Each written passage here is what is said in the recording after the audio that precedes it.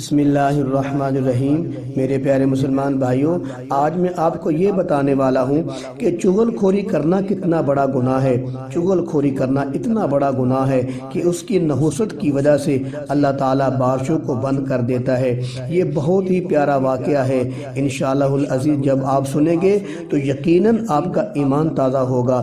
ایک مرتبہ ضرور سماعت فرمائیں، توجہ فرمائیں۔ اللہ تعالیٰ ہر کسی کی پکار کو سنتا ہے، چاہے وہ نیک ہو یا گناہگار ہو۔ حضرت موسیٰ علیہ السلام کے دور میں ایک مرتبہ قحط پڑ گیا، بارشیں بند ہو گئی، جانوروں تک کا کھانا ختم ہو گیا۔ ایک دن موسیٰ علیہ السلام بنی اسرائیل کو لے کر میدان میں آگے، سب نے مل کر دعا کی، یا اللہ رحمت کی بارش نازل فرما، مگر بارش نہ ہوئی، سب واپس چلے گئے۔ اسی طرح پھر دوسرے دن بھی کیا مگر بارش نہ ہوئی، پھر تیسرے دن بھی ایسے ہی کیا مگر بارش نہ ہوئی۔ تو تیسرے دن موسیٰ علیہ السلام نے اللہ سے عرض کیا، یا اللہ 3 دن ہو گئے ہیں، سب مل کر بارش کے لیے دعا کر رہے ہیں، بارش کیوں نہیں ہو رہی؟ آخر کیا وجہ ہے؟ جواب ملا، اللہ تعالیٰ نے فرمایا، اے موسیٰ علیہ السلام تیرے اس مجمع میں ایک ایسا گناہگار ہے جو چغل خوری والا گناہ کرتا ہے۔ جب تک وہ چغل خور اس مجمع میں ہے بارش نہیں برساؤں گا، نہ دعا قبول کروں گا۔ موسیٰ علیہ السلام نے عرض کیا، یا اللہ تو ہم کو اس کی نشاندہی کر دے تاکہ ہم اس کو مجمع سے باہر نکال دیں۔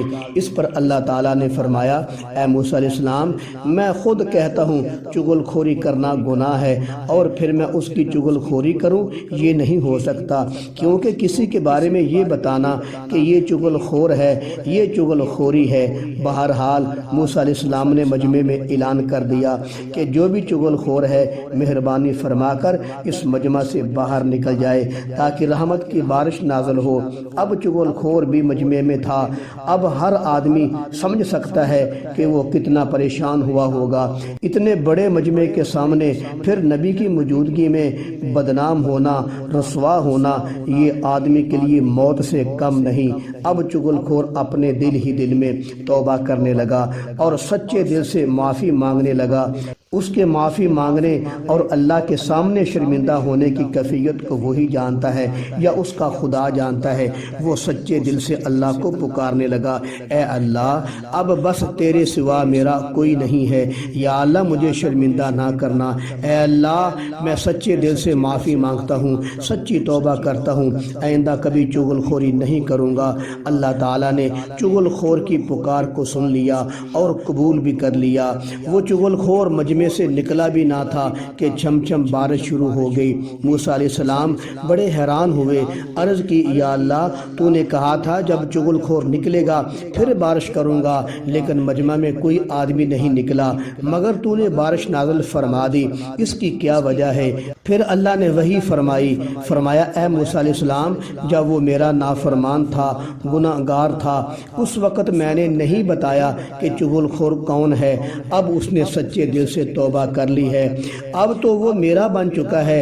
بھلا کوئی اپنوں کو بھی بڑے مجمع میں رسوا کرتا ہے، جبکہ اللہ کی ذات تو وہ ہے جو 100 سال کے نافرمانوں کے عیبوں پر پردہ ڈال دیتی ہے۔